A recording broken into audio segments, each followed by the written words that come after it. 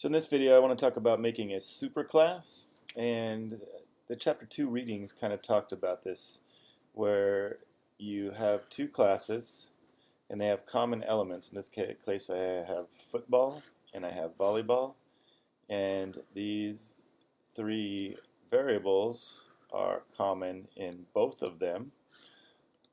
And I've got a two-string method, and if you look at the two-string method, it's exactly the same in both. So what I'm going to do is abstract these out into a superclass. So first, let me make a new superclass. I'll call it Sport.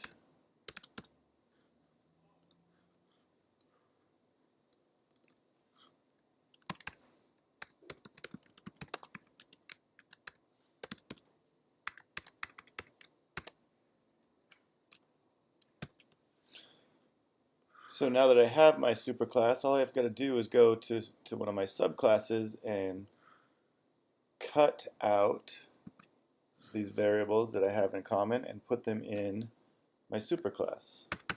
I'm going to cut out my two-string and put it in my superclass. Now, don't worry, this volleyball class is going to inherit all of these items in just a moment. But first, I'm going to fix my football class.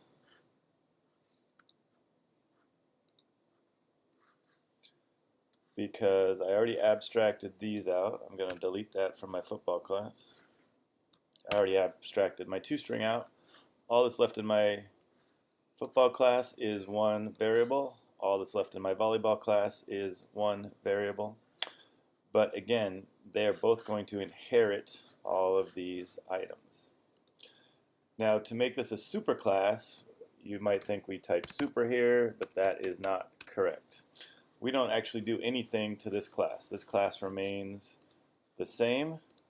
The subclasses, football and volleyball, you add something to it. You type extends and then the name of the superclass. So in the subclass, you type extends and the name of the superclass. And I'll type that over here.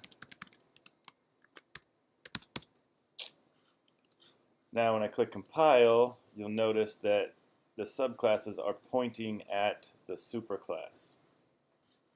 And what that means is they're going to inherit all of these items. All of these items are now in the class. Even though you don't see them, they just get inherited. One of the powerful things about Java is I don't have to retype all this code. It just gets inherited. One other thing you should note, things don't travel up the hierarchy. So this variable that's unique to football does not go up to sport. And this variable that's unique to volleyball does not go up to sport.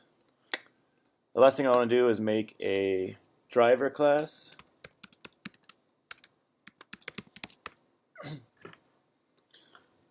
Okay, now I'm going to make a new volleyball object.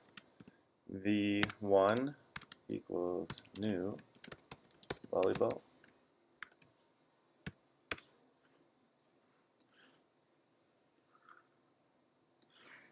I'm going to set some of my instance variables, and let me look back. I have sport, tickets sold, so v1.sport is equal to volleyball, and v1.tickets sold, just some number. And then, to test its two-string,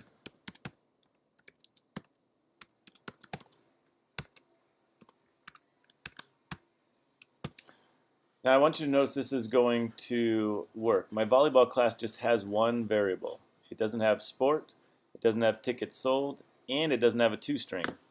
But all of those are in sport. Because I made volleyball a subclass of sport, I have access to all those variables inside my volleyball class. So let me compile and run, and you'll see that it runs my two-string and fills in the variables that I had set. So I set the sport to be volleyball and 334 tickets. That's it. If you have more questions, let me know.